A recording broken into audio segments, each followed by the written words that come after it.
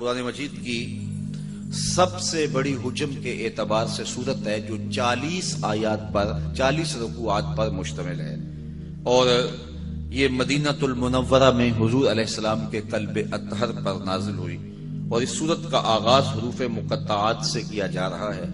حروف مقطعات وہ ہوتے ہیں کہ جن کی تعویل اللہ کے علاوہ کوئی نہیں جانتا، لا یعلم تعویلہ الا اللہ، اس کی تعویل اللہ ہی جانتا ہے، اس کا رسول ہی جانتا ہے۔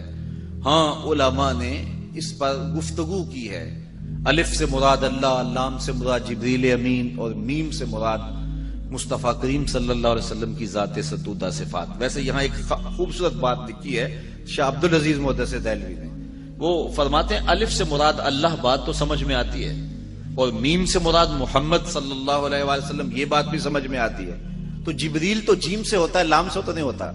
تو یہ جو علماء فرماتے ہیں الف سے مراد اللہ ہے، لام سے مراد جبریل ہے، میم سے مراد محمد صلی اللہ علیہ وآلہ وسلم ہے، تو یہ باقی دو چیزیں تو سمجھ میں آ گئیں، لیکن جبریل تو جیم سے ہوتا ہے، لام سے تو نہیں ہوتا۔ تو پھر خود فرماتے ہیں کہ عرب میں چونکہ غلام و آقا کا ماجرا تھا، تو جب وہ اس طرح لکھتے تھے تو جو آقا کا نام تھا اس کا پہلا حرف لکھتے تھے، غلام کے نام کا آخری حرف لکھتے تھے، تو گویا جبریل کے کو جیم سے نہیں لکھا، لام سے لکھا ہے، قرآن کھولتے ہی پتہ چل جائے کہ جبریل میرے نبی کے در کا نوکر ہے۔ تو یہاں یہ فکر کہ جبریل استاد تھا، معلم تھا اور حضور شاگرد تھے، اس کی نفی قرآن کھولتے ہی ہو گئے، اس کو جیم سے نہیں لکھا گیا، اس کو لام سے لکھا گیا ہے۔ تو کہا الف لام میم ذالک الکتاب لا ریب فیہ، یہ وہ بابرکت بلند رتبہ کتاب قرآن مجید ہے جس میں کوئی شک نہیں، دنیا کی کوئی کتاب آپ کو نہیں ملے گی، بڑے سے بڑا مصنف بھی، جو بڑا کہنا مشق مصنف ہو، وہ بھی کتاب لکھنے کے بعد کتاب کے شروع میں، آغاز میں یا اس کے آخر پہ لکھتا ہے کہ اس میں کسی قسم کی کوئی کمی کوتاہی پائیں، کوئی سکم پائیں تو مجھے آگاہ کر دیں تاکہ آئندہ ایڈیشن میں اس کی اصلاح کی جا سکے۔ تو بڑے سے بڑا مصنف بھی یہ دعویٰ نہیں کر سکتا کہ میری کتاب اغلاط سے پاک ہے، یہ واحد قرآن ہے، قرآن کھولتے ہی پہلے دعویٰ ہے، اس میں کوئی شک ہے ہی نہیں ہے، اور یہ صرف قرآن مجید کا اعزاز ہے۔ امام شافعی علیہ رحمہ نے ایک جز لکھا اور پھر اپنے شاگرد کو کہا کہ میرے سامنے اس کو پڑھو، تو انہوں نے جب پڑھا تو اس کی کئی غلطیوں پر متنبہ ہوئے، تو کہا اس کو یوں بدل دو، اس کو یوں بدل دو، یوں بدل دو۔ پھر دوسرے دن فرمایا کہ اب تبدیلی کے بعد دوبارہ پڑھو۔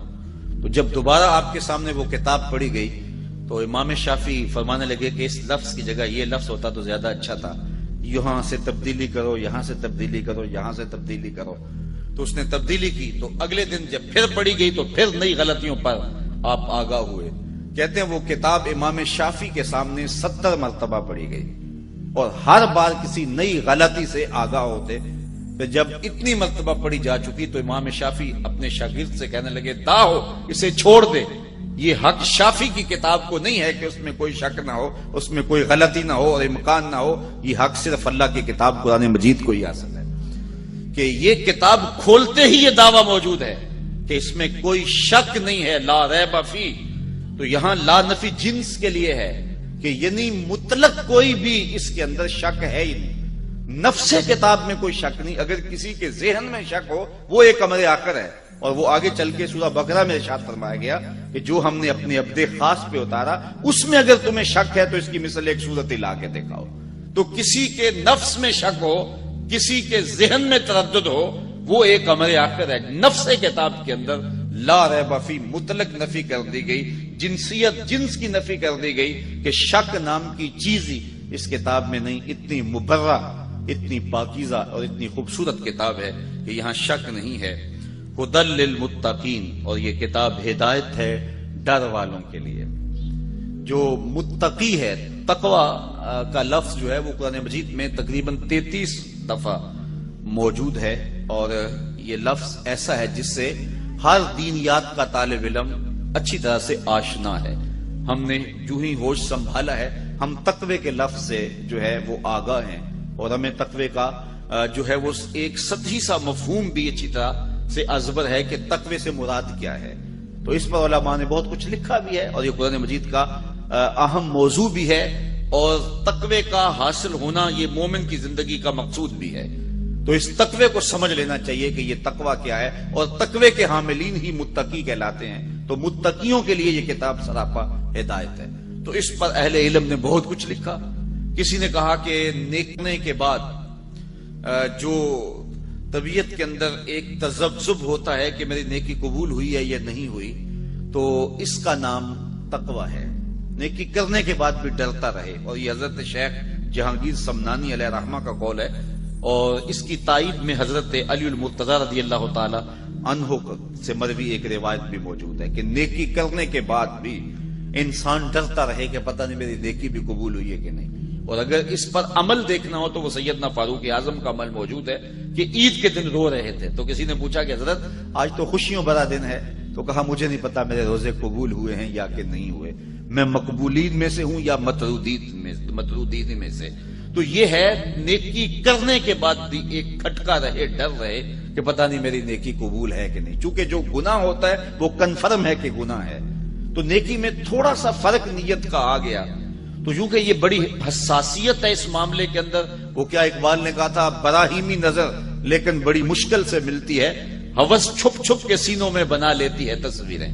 تو یہ بڑی باریک سی چالیں ہوتی ہیں، ریا کی بھی، عجب کی بھی، اور بہت ساری چالیں جو عمل کو برباد کر دیتی ہیں۔ اس لیے جو ہے وہ نیکی کرنے کے بعد بھی وہ جو طبیعت کے اندر بے چینی ہوتی ہے کہ پتہ نہیں میری نیکی قبول ہوئی ہے یا کہ نہیں، تو اس کو تقویٰ کہتے ہیں۔ تقوی کے بارے میں یہ بھی کہا گیا کہ گناہ سے قلبی نفرت اور نیکی کی طرف قلبی رغبت کا نام تقوی ہے۔ لیکن میرے خیال میں تقوی کے حوالے سے بہت اچھا حضرت کعب بن احبار سے مروی ہے، جب حضرت عمر رضی اللہ تعالیٰ عنہ نے ان سے پوچھا کہ تم پچھلی کتابوں کے عالم بھی ہو اور قرآن بھی پڑھا ہے، تم بتاؤ کہ تقوی کیا ہے۔ یہ کعب احبار نے حضور کا زمانہ پایا ہے، لیکن زمانہ رسالت مآب صلی اللہ علیہ وسلم میں اسلام قبول نہیں کیا۔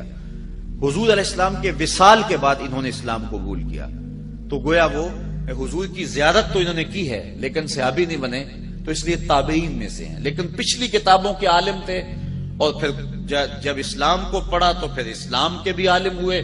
تو یہ بڑے اہم شخص تھے اس اعتبار سے، اور صحابہ ان سے کچھ امور کے اندر رجوع کرتے تھے۔ تو حضرت عمر نے ان سے پوچھا کہ تم نے پچھلی کتابوں کو بھی پڑھا ہے اور اسلام کو بھی پڑھا ہے، تو تم بتاؤ کہ تقوی کیا ہے۔ تو کعب احبار نے سوال کرنے پر حضرت عمر سے کہا کہ کبھی آپ ایسی وادی سے گزرے ہیں جہاں خاردار جھاڑیاں ہوں؟ تو حضرت عمر نے کہا ہاں کئی مرتبہ گزرا ہوں۔ تو کہا کہ پھر تم نے کیا کیا؟ تو حضرت عمر نے کہا کہ میں نے کپڑے سمیٹ لیے کہ جھاڑیوں سے گزر رہا ہوں، کو کانٹا میرے دامن سے الجھ نہ جائے اور میرا لباس تار تار نہ ہو جائے۔ حضرت کعب احبار کہنے لگے فضا کا تقوی بھی یہی ہے کہ دنیا سے یوں گزر جاؤ کہ کوئی کانٹا تمہارے دامن سے الجھ نہ جائے اور تمہیں داغدار نہ کر دے۔ گناہوں سے بچ بچ کے زندگی گزارنے کا نام تقوی ہے۔ تمام عمر طوفان سے کھیلتے گزری، نیا کے ڈوبنے کا ڈر بھی رہا۔ تو ساری زندگی یوں ہی گزرتی ہے، اور مومن وہ صوفیہ فرماتے دنیا میں اس طرح رہو جس طرح کشتی پانی میں رہتی ہے، پانی میں رہتی ہے لیکن اپنے اندر پانی نہیں آنے دیتی۔ کشتی پانی میں رہے تو خیر ہے، لیکن پانی کشتی میں آ جائے تو کشتی کو لے ڈوبتا ہے۔ تم دنیا میں رہو، دنیا تمہارے اندر نہ رہے۔ تو اگر بندہ دنیا میں رہے تو خیر ہے، لیکن دنیا بندے کے اندر اتر آئے تو ابو نعیم الاصفہانی کا فتویٰ سنیے، حلیہ میں لکھتے ہیں من نظر الی الدنیا نظر الحب اخرج اللہ تعالی من قلبہ نور الیقین والزہد۔ جو دنیا کو محبت کی نظر سے دیکھتا بھی ہے، اللہ اس کے دل سے زہد اور تقوی کے نور کو کھینچ لیتا ہے، تو اس کے پلے کچھ رہتا نہیں ہے۔ اس لیے ہمارا مقصود رضا الہی ہے، اور اسی کے لیے ہمیں کوشش ہونی چاہیے، اور اس کے لیے ہم اپنے تزکیے کی طرف متوجہ ہوں۔ سویر سے لے کر شام تک جب ہمارا وظیفہ ہی دنیا بن جائے گی تو ہمارا اندر باطن لٹ جائے گا، بے چینی، اضطراب اور بے سکونی پھر وہ کبھی بھی نہیں مٹنے پائے گی۔ اس کے ہم بڑے مداوے کریں گے، لیکن اصل جب دنیا کی محبت دلوں میں راسخ ہو جاتی ہے تو پھر جو ہے وہ یہ دل بنایا ہی اللہ تعالیٰ نے اپنی یاد کے لیے ہے، اور وہ گوارا نہیں کرتا اس کے اندر کسی اور کی محبت ہو۔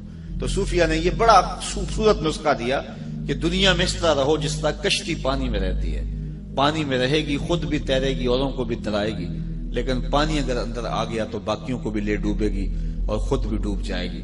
تو اس لیے تقوی یہ ہے کہ انسان جو ہے وہ دنیا کے اندر حزم و احتیاط کے ساتھ زندگی گزارے، اس کے دامن سے گناہ کا کوئی جو ہے وہ کانٹا نہ الجھے جو اس کے دامن کو تار تار کر دے۔ تو جو متقی ہیں اللہ تعالیٰ نے قرآن مجید کو سراپا ہدایت ان کے لیے بنایا ہے۔ یہاں قرآن مجید جو ہدایت ہے اس کے لیے لفظ مصدر استعمال کیا، ہدن مصدر استعمال کیا گیا ہے۔ تو مصدر کا استعمال کرنا، اس کے معنی کی کثرت کو بیان کرنا مقصود ہے کہ یعنی سراپا ہدایت ہے، سراسر ہدایت ہے ان کے لیے جو متقی ہیں۔ اب متقی کون ہیں ان کی کچھ صفات کا یہاں ذکر کر دیا تاکہ لوگوں کے لیے سمجھنا آسان ہو کہ تقوی کا حصول جو کہ مقصود ہے ایک مومن کی زندگی کا، وہ کیسے حاصل کیا جائے تقوی۔ تو اس کی پہلی شک یہ بیان کی، الذین یؤمنون بالغیب، وہ جو بن دیکھے مانتے ہیں، یعنی متقی وہ ہیں کہ جن کا ایمان بن دیکھے ہے۔ دیکھ کر کے مان لینا یہ کمال نہیں ہوتا۔ وہ تو آپ جانتے ہیں کہ جب ڈوب رہا تھا فرعون تو اس نے اس وقت کہا تھا آمنت برب موسیٰ، میں موسیٰ کے رب کو مان گیا، لیکن اس کا یہ ماننا معتبر نہ ہوا۔ تو ایمان جو ہے وہ بالغیب ہے، بن دیکھے جو چیز مان لی جائے، تصدیق کر لی جائے جس چیز کی، تو اس کو ایمان کہا جاتا ہے۔ تو یہ پہلا وصف بیان کیا گیا متقیوں کا کہ جو بن دیکھے مانتے ہیں، اور ایمان نام ہی بن دیکھے ماننے کا ہے۔ مجھے پھر وہ بہلول یاد آ گیا، یہ مجذوب تھا اور سڑک کے کنارے بہلول بیٹھ کے اپنے پاؤں پر مٹی کے گھروندے بناتا تھا اور انہیں مسمار کر دیتا تھا۔ یہ جس طرح بچے کو گلی میں ریت پھینک جائیں تو وہ اپنے پاؤں پہ گھروندے بنا کے ان کے گرا دیتے ہیں، تو یہ بھی اسی شغل میں لگا ہوا تھا۔ تو بادشاہ گزرا ہارون الرشید، اس نے دیکھا کہ بہلول بیٹھا ہے اور اپنے پاؤں پہ مٹی کے گھروندے بناتا ہے اور بعد میں مسمار کر دیتا ہے۔ تو بادشاہ نے مسکرا کے پوچھا بہلول کیا کر رہے ہو؟ اس نے کہا جنت کے محل بنا رہا ہوں۔ تو بادشاہ مسکرا کے گزر گیا، دیوانہ ہے، جنون کی باتیں کر رہا ہے۔ لیکن سادی بولے سادیا نزدیک رائے عاشقاں خلق مجنون اندو مجنو عاقل است۔ کہتے ہیں کہ اگر عاشقوں سے رائے پوچھتے ہو تو اصل جو یار کے نام پہ سب کچھ وار دیتا ہے وہی تو عاقل ہوتا ہے۔ تو خیر بادشاہ نے کہا کہ ٹھیک ہے کوئی جنونی باتیں ہیں، بادشاہ گزر گیا۔ پیچھے ملکہ زبیدہ آ رہی تھی، اس نے دیکھا بہلول مٹی کے گھروندے اپنے پاؤں پہ بناتا ہے، مسمار کر دیتا ہے۔ وہ بھی رک گئی، پوچھا بہلول کیا کر رہے ہو؟ کہا جنت کے محل بنا رہا ہوں۔ کہا بیچتے بھی ہو؟ کہاں بیچتا ہوں۔ کتنے کا؟ 10 روپے کا۔ اس نے 10 درہم یا دینار نکال کر کے دیے تجوری سے۔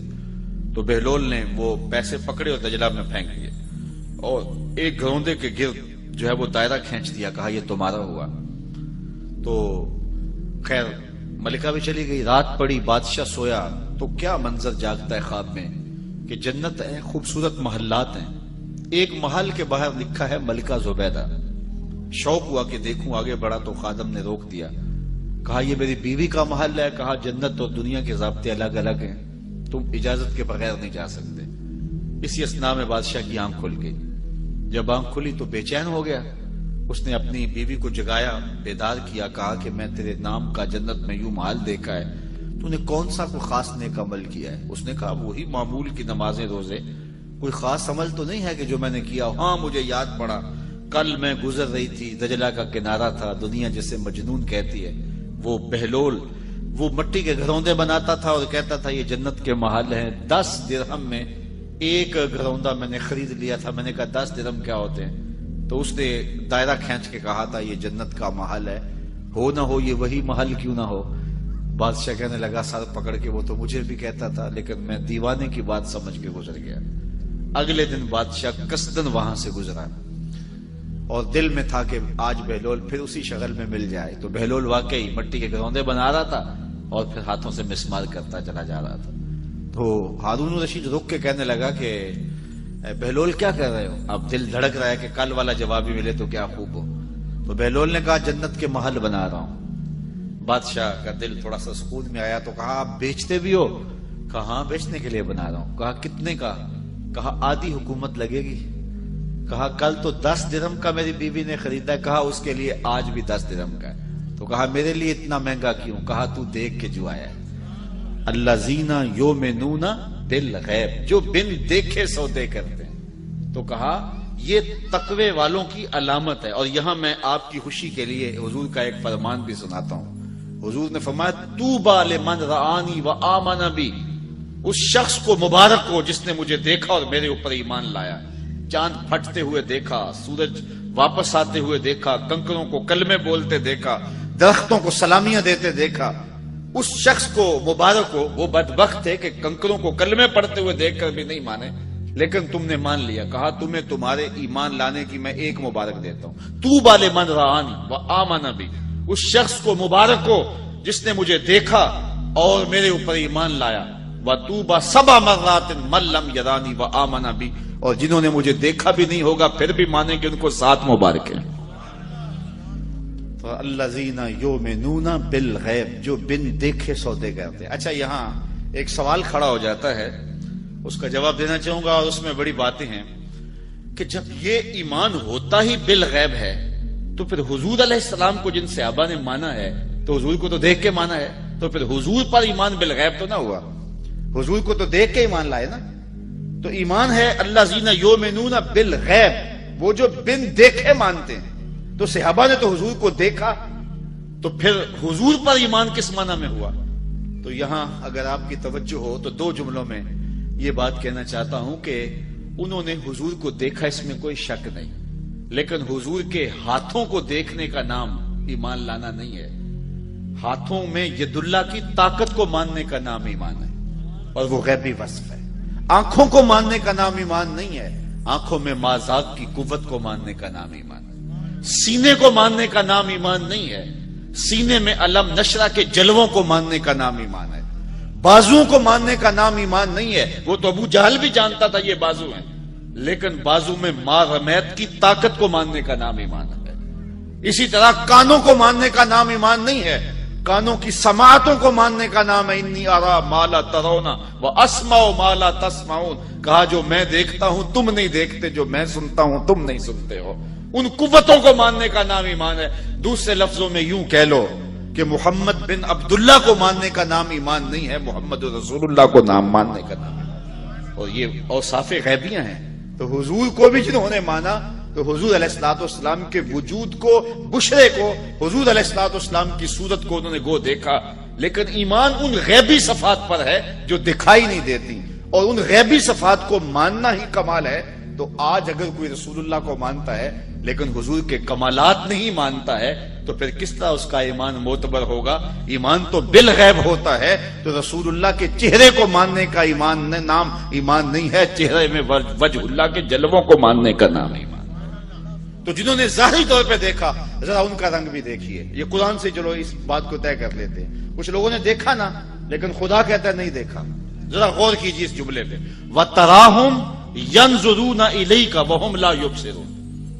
کیا مرحلہ محبت ہے، اور کیا اللہ تعالیٰ نے جو ہے وہ کمال کر دی کہ فرمایا کہ وَتَرَاهُمْ يَنْظُرُونَ إِلَيْكَ، محبوب آپ ان کو دیکھ رہے ہیں، آپ ان لوگوں کو دیکھ رہے ہیں. وَتَرَاهُمْ، آپ ان کو دیکھ رہے ہیں. کیا؟ يَنْظُرُونَ إِلَيْكَ، کہ یہ تمہیں دیکھ رہے ہیں. اے محبوب آپ ان کو دیکھ رہے ہو کہ یہ آپ کو دیکھ رہے ہیں، آپ ان کے دیکھنے کو دیکھ رہے ہو. وَهُمْ لَا يُبْصِرُونَ، میں خدا ہو کے کہہ رہا ہوں کہ یہ تمہیں دیکھ ہی نہیں رہے. ذرا غور تو کیجیے، ایک ہی آیت میں 3 باتیں کہی. وَتَرَاهُمْ يَنْظُرُونَ إِلَيْكَ وَهُمْ لَا يُبْصِرُونَ. محبوب آپ دیکھ رہے ہیں کہ یہ تمہیں دیکھ رہے ہیں، میں کہتا ہوں نہیں دیکھ رہے. ذرا اس پہ تھوڑی دیر کے لیے رک جائیے کہ یہ دیکھ رہے ہیں اور ان کے دیکھنے کو محبوب آپ دیکھ رہے ہیں، لیکن میں کہتا ہوں خدا ہو کہ نہیں دیکھ رہے. اللہ اکبر. وَتَرَاهُمْ يَنْظُرُونَ إِلَيْكَ وَهُمْ لَا يُبْصِرُونَ. محبوب یہ دیکھ رہے ہیں، آنکھیں پھاڑ پھاڑ کے دیکھ رہے ہیں، لیکن میں کہتا ہوں نہیں دیکھ رہے. اس لیے کہ جنہوں نے تجھے اپنے جیسا دیکھا دیکھا ہی نہیں ہے. کول ہندیاں میں کہیں اپنا نہ جانیا، دل والے آکھیا دلدار آ گئے. یار تبھی تو قبر میں سوال ہوتا ہے نا ابو جہل کو، من ربو کا، ما دینو کا، ما کنت تقولو فی ھذا الرجل. حضور سامنے ہیں. ابو جہل کو سوال ہوتا ہے کہ حضور کے بارے میں، حضور سامنے ہے، ذرا توجہ فرمائیے گا، حضور سامنے ہے. ابو جہل کو سوال ہوتا ہے ان کے بارے میں کیا کہتا ہے، یہ کون ہے؟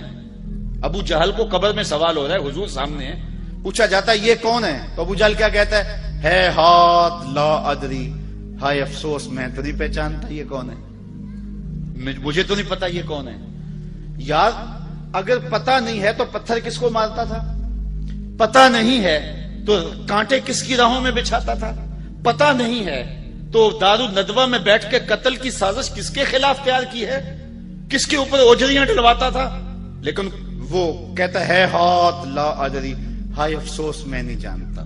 ساری زندگی آنکھیں پھاڑ پھاڑ کے دیکھتا رہا، آج قبر میں حضور سامنے ہیں، سوال ہوتا ہے بتا یہ کون ہے؟ وہ کہتا ہے ہاتھ لا ادری، ہائے افسوس میں نہیں جانتا۔ 14 صدیاں گزرنے کے بعد غازی ممتاز قبر میں اترتا ہے، فرشتے پوچھتے ہیں غازی بتا یہ کون ہے؟ تو غازی کہتا ہے پیچھے ہٹو، پہلے پائے ناز کو چوم تو لینے دو، میں تو مر کے پہنچا ہوں یہاں اس دل ربا کے واسطے، یہ تو بخت سور گئے کہ میری قبر میں آئے وہ میرے مزار پہ گھونگٹ اتار کے، آئے وہ میرے مزار پہ گھونگٹ اتار کے، مجھ سے نصیب اچھے ہوئے میرے مزار کے، یہ تو بخت سور گئے کہ وہ میری قبر پہ آئے، پیچھے ہٹو پہلے مجھے پاؤں تو چوم لینے دو۔ ساری زندگی تو میں نعتیں ہی ان کی پڑھتا رہا، میں تو ذکر ہی ان کا کرتا رہا، پھانسی کا پھندا چوم کے میں نے ایسے ہی گلے میں تو نہیں ڈالا تھا، میں نے اس لیے سب کچھ قربان کیا تھا کہ ان کا دیدار نصیب ہو جائے۔ سوال کھڑا ہو گیا، جس نے ساری زندگی دیکھا وہ کہتا ہائے افسوس میں نہیں پہچانتا یہ کون ہے۔ اور 14 صدیوں کے بعد غازی علم الدین قبر میں اترتا ہے، عامر چیمہ قبر میں اترتا ہے، سوال ہوتا ہے کہ یہ کون ہے؟ تو کہتے ہیں پیچھے ہٹو پہلے پائے ناز چوم لینے دو۔ جس نے دیکھا وہ پہچانتا نہیں، جس نے نہیں دیکھا وہ پہچان رہا ہے۔ تو اس کا سبب کیا؟ تو صاحب و سبب یہ ہے، اقبال کہتا ہے در دل مسلم مقام مصطفیٰ آبروئے ماز نام مصطفیٰ، مومن کے دل میں ڈیرے حضور کے ہوتے ہیں، اور اس کی آنکھوں نے دیکھا تھا، اس کے دل نے نہیں دیکھا تھا۔ ابو جہل کی آنکھوں نے دیکھا تھا اور رب نے نفی کر دی، وَتَرَاهُمْ يَنْظُرُونَ إِلَيْكَ، محبوب یہ آنکھیں پھاڑ پھاڑ کے دیکھ رہے ہیں اور آپ ان کے دیکھنے کو دیکھ رہے ہو، وَهُمْ لَا يُبْصِرُونَ، میں خدا ہو کے کہہ رہا ہوں یہ نہیں دیکھ رہے، اس لیے کہ انہوں نے دیکھا ہی نہیں۔ تو حضور کے بازوؤں کو ماننے کا نام ایمان نہیں، بازو میں مارمیت کی طاقت کو ماننے کا نام ایمان ہے، تو وہ غیبی صفات کو ماننے کا نام ایمان ہے۔ تو یہ اگرچہ 14 صدیوں کے فاصلے پہ تھے، انہوں نے وہ بازو نہیں دیکھے، بازوؤں کی قوت کو تو مانا ہے نا، تبھی تو کھڑے ہو کے پڑھتے تھے جس کو بارے دو عالم کی پرواہ نہیں، ایسے بازو کی قوت پہ لاکھوں سلام۔ تو انہوں نے بازو نہیں دیکھے لیکن اس قوت کو مانا ہے، انہوں نے آنکھیں نہیں دیکھی لیکن آنکھوں کے کمال کو مانا ہے، انہوں نے سینہ نہیں دیکھا لیکن علم نشرہ کے جمال کو مانا ہے، انہوں نے ہونٹ نہیں دیکھے لیکن پتلی پتلی گلے قدس کی پتیاں، ان لبوں کی نزاکت پہ لاکھوں سلام کے ترانے تو پڑے ہیں۔ اس لیے ایمان جو ہے وہ بالغیب ماننے کو کہتے ہیں۔ تو ارشاد فرمایا متقین کی پہلی صفت یہ ہے الذین یؤمنون بالغیب، جو بن دیکھے مانتے ہیں۔ تو یہ کمال ہے، بن دیکھے ماننا، انڈٹھا سودا کرنا، اور وہ جو بھی کرے گا وہ بامراد ہوگا۔ چونکہ اگر آنکھوں سے انہوں نے دیکھا تو ان آنکھوں میں تو مٹی پڑ گئی قبر کی، اس وقت تو دل کی آنکھیں کھلی، تو دل کی آنکھوں نے دیکھا ہی نہیں تھا، تو دل کی آنکھوں نے دیکھا نہیں تھا تو اب وہ پہچان نہیں سکے، اور جو ہے وہ جن کی دل کی آنکھوں نے دیکھا تھا ان آنکھوں نے گو نہیں دیکھا تھا، دل کی آنکھیں کھلی تو سامنے جلوے رسول کے نظر آئے۔ اس لیے ایمان جو ہے وہ بالغیب ایمان لانے کا نام ہے۔ آگے ارشاد فرمایا وَيُقِيمُونَ الصَّلَاةَ، اور وہ نماز قائم رکھیں۔ نماز یہ دوسری صفت ہے اہل تقوی کی، کہ ایک تو وہ بالغیب مانتے ہیں، ایمان بالغیب رکھتے ہیں، بن دیکھے سودے کرتے ہیں، اور دوسری بات کہ وہ اقامت صلاۃ کا فریضہ سر انجام دیتے ہیں، 5 گانہ نماز، یہ ان کا معمول زندگی، یہ متقیوں کی صفت ہے۔ پہلی صفت کا تعلق اعتقادات سے ہے، اب دوسری صفت کا تعلق جو ہے وہ عبادات سے ہے، اور عبادت بدنیہ سے ہے، کہ وہ 5 گانہ نماز شعار زندگی رکھتے ہیں، اقامت صلاۃ کا مفہوم اچھی طرح سمجھتے ہیں، اور ان کی پیشانیاں رب کے حضور جھکتی ہیں۔ کتنے خوش نصیب لوگ ہوتے ہیں جنہیں رب کے حضور سجدہ میسر ہوتا ہے، اور کتنا بدبخت شخص ہوتا ہے جسے رب کے حضور سجدے کی توفیق نہیں ملتی۔ یا صبح کے وقت چڑیاں بھی اپنے گھونسلوں سے نکل کے رب کی تسبیح بول رہی ہوتی ہیں، اور حشرات الارض بھی بلوں سے باہر نکل کے رب کی پاکی کے ترانے پڑھ رہے ہوتے ہیں، اور وہ کتنا بد نصیب ہوتا ہے جو اس وقت نیند کے خراٹوں میں ہوتا ہے۔ آغاز اللہ کے حضور سجدے سے کیجئے، پھر دارین کی عزتیں تمہیں مقسوم کرے گا. آگے فرمایا وَمِمَّا رَزَقْنَاهُمْ يُنْفِقُونَ، اور ہم نے جو ان کو عطا کیا اس سے وہ خرچ کرتے ہیں.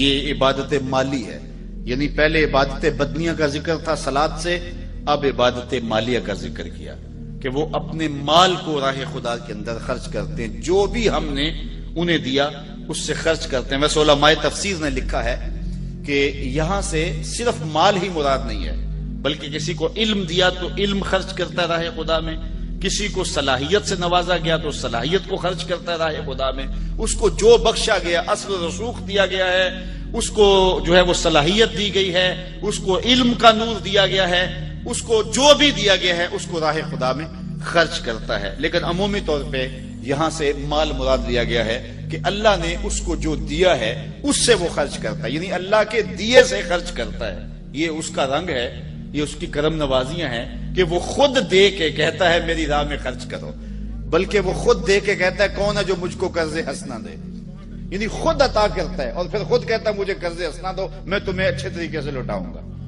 اور دینے والوں نے بھی راہ خدا میں جب دیا تو حد کر دی. ابو دہدا ایک صحابی ہیں، جب یہ آیت تھی نا من ذا الذی یقرض اللہ قرضا حسنا، کہ کون ہے جو اللہ کو قرض حسنہ دے، تو انہوں نے حضور کا ہاتھ پکڑ لیا اور کہا حضور کیا اللہ نے واقعی ہم سے قرضہ مانگا ہے؟ تو حضور نے فرمایا ہاں ابو دہدا، اللہ نے واقعی ہم سے قرضہ مانگا ہے. تو وہ حضور کا ہاتھ پکڑ کے ایک سمت جاتے جا رہے ہیں اور آگے ان کا باغ آ گیا جس میں 600 کھجوروں کے درخت تھے، اور کب باغ لگایا جاتا ہے، کب پلتے ہیں اور پروان چڑھتے ہیں، اور جب جو ہے وہ باغ کمال پہ ہوتا ہے، جوبن پہ ہوتا ہے، تو پھر جو ہے اس کے ساتھ جو باغ کے مالک کو محبت ہوتی ہے. ہمارے دیہاتوں میں لوگ کہتے ہیں کہ جٹ گنا نہیں توڑن دیتا، اور چاہے وہ گڑ کی پیسی وہ دے دے لیکن گنا نہیں توڑنے دیتا. تو وہ اپنے کھیت کے ساتھ جو تعلق ہے یہ اس کی مثال ہے. تو 600 کھجوروں کے درخت، تو انہوں نے حضور کا ہاتھ پکڑا اور باغ کے قریب لے گئے اور کہا حضور کیا اللہ نے واقعی ہم سے قرضہ مانگا ہے؟ حضور نے پھر فرمایا ہاں اللہ نے واقعی قرض مانگا ہے. تو کہا پھر اس سودے کے آپ گواہ بن جائیں، یہ باغ میں نے اللہ کو قرضے میں دے دیا. وہ 600 کھجوروں پر مشتمل باغ، ان کی رہائش بھی اس باغ کے اندر تھی. اب اندر نہیں جا رہے، باہر ہی کھڑے ہو گئے اور اپنی بیوی کو آواز دی یا امت دہدا اخرجی، اے دہدا کی امی ذرا باہر آ جا، یہ باغ اب ہمارا نہیں رہا، ہم نے اللہ کو دے دی ہے. اچھا وہ حضور کے درس گاہ کے پڑے ہوئے لوگ کیسے خوش نصیب تھے. اس خاتون نے یہ نہیں کہا کہ ابو دادا کیا غضب ڈایا ہے، بچوں کو لے کے کدھر جائیں. اس نے جلدی جلدی سامان سمیٹا، بچوں کو باہر لیا اور حضور کے سامنے آ کھڑی ہوئی اور ابو دہدا سے مخاطب ہو کہنے لگی یا ابا دہدا رابحہ بیعو کا، اے ابو دہدا تو نے بڑا ہی نفع والا سودا کر لیا ہے، تو نے بڑا ہی نفع والا سودا کر لیا ہے.